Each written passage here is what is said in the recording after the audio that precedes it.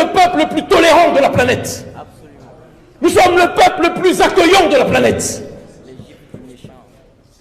Ils nous giflent et on les prend dans nos bras. Ils nous tuent et on va pleurer avec eux.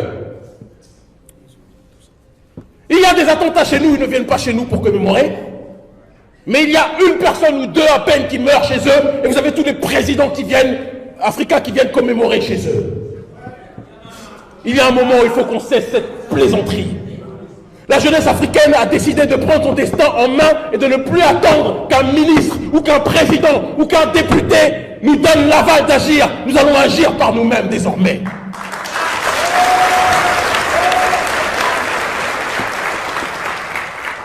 Les Américains ont colonisé l'Iran, ainsi que les Français et d'autres, pendant un certain nombre de temps, en collaboration avec le Alassane Ouattara local qui était le Shah d'Iran.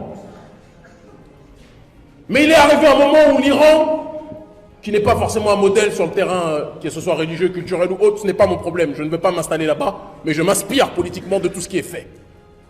Il est arrivé un moment où la révolution iranienne a fait en sorte qu'ils ont été obligés de prendre d'assaut l'ambassade d'Amérique. Eh oui. Parce que parfois, pour que certains comprennent qu'on ne veut plus d'eux, il faut se rendre à leur domicile et leur dire « nous ne voulons plus de vous ». Les Algériens ont dit à l'impérialisme français la valise ou le cercueil. La France est partie.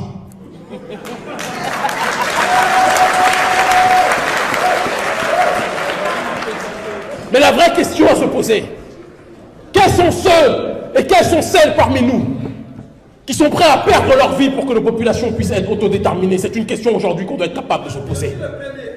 Quels sont celles et ceux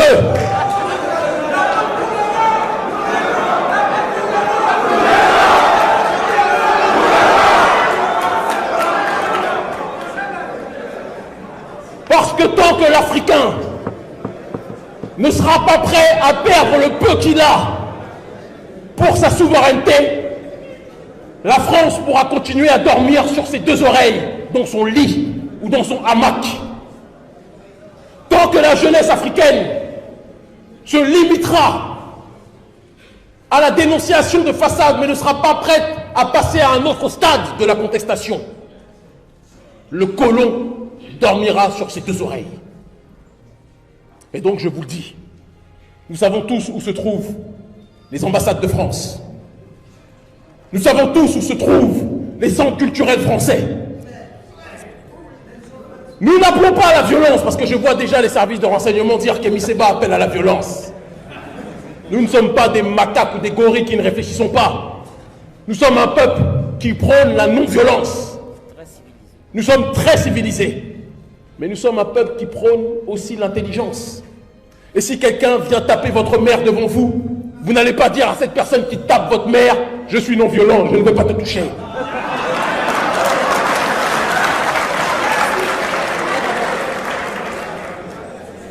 Et notre mère s'appelle l'Afrique.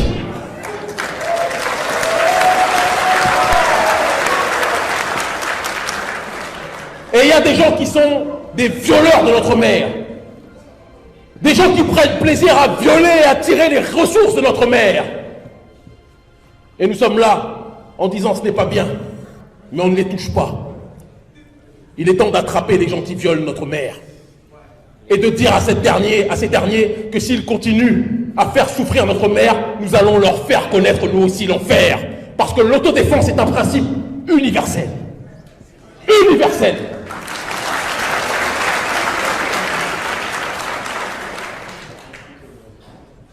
Le franc CFA, ce n'est pas du terrorisme. Est-ce que c'est du terrorisme, oui ou non? Les bases militaires françaises, ce n'est pas du terrorisme. La France-Afrique, ce n'est pas du terrorisme.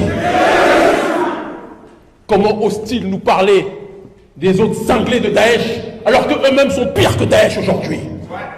Oui, je le dis. Je ne suis pas en train de faire une préférence en disant que je préfère l'un aux autres.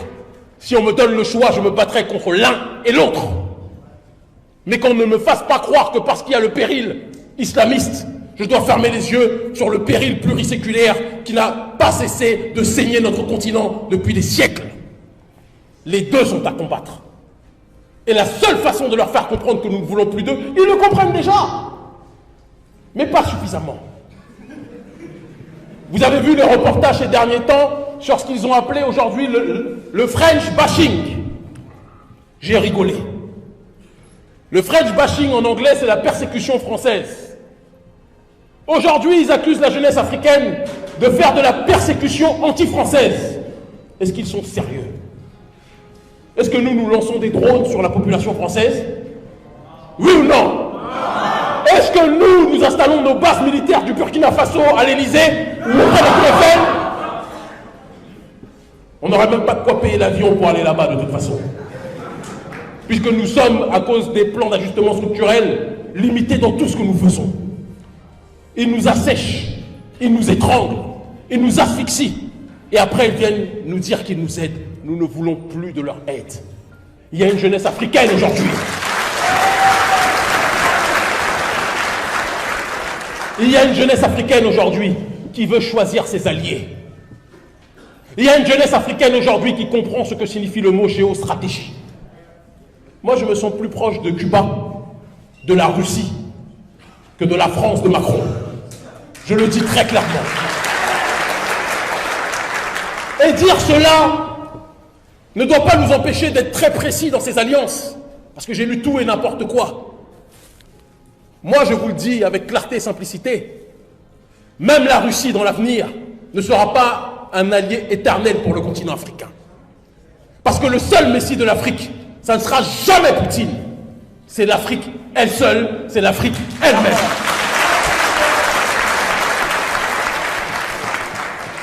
Mais le fait d'avoir fréquenté l'Occident nous a fait comprendre depuis des siècles que le proverbe « diviser pour régner » peut aussi être intelligent.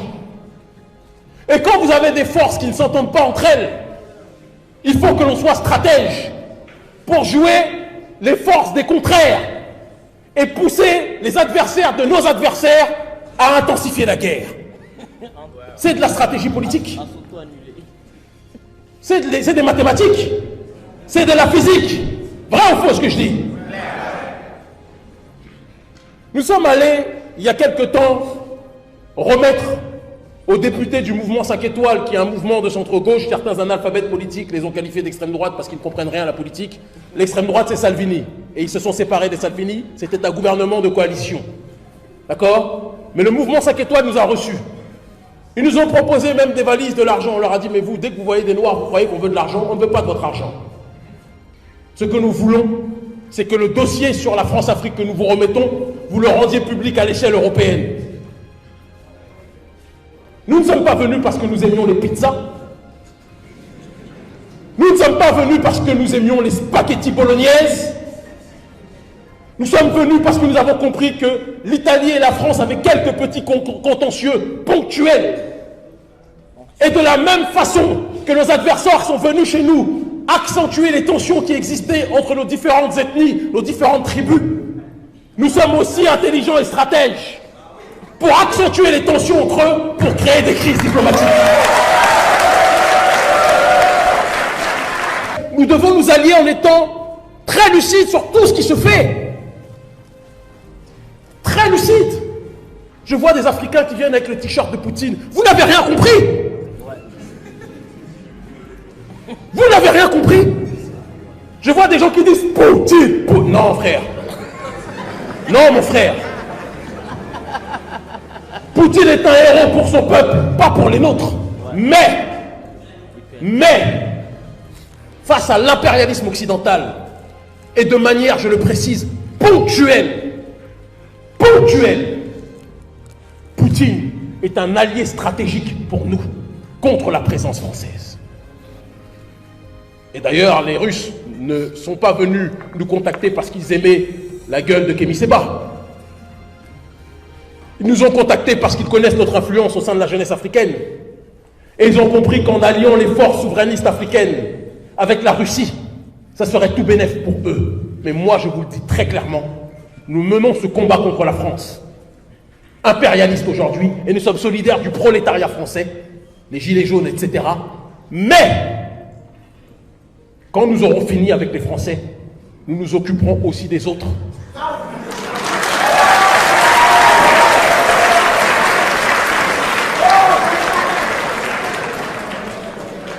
Parce que, je le dis, il n'y a pas 1 euro ou 1 dollar qui pourra acheter notre pensée. Nous sommes des Africains libres. Nous n'avons pas de parrains. Les seuls parrains que nous avons, ce sont nos ancêtres. Les seuls maîtres pour lesquels nous passons. Et donc la Russie, à l'heure actuelle, se frotte les mains du sentiment anti-français. Et nous les comprenons. Mais qu'ils sachent que la vie, c'est un château de cartes. Ça commence par la France et ça finira par tous ceux qui veulent voler les ressources africaines sur le continent africain.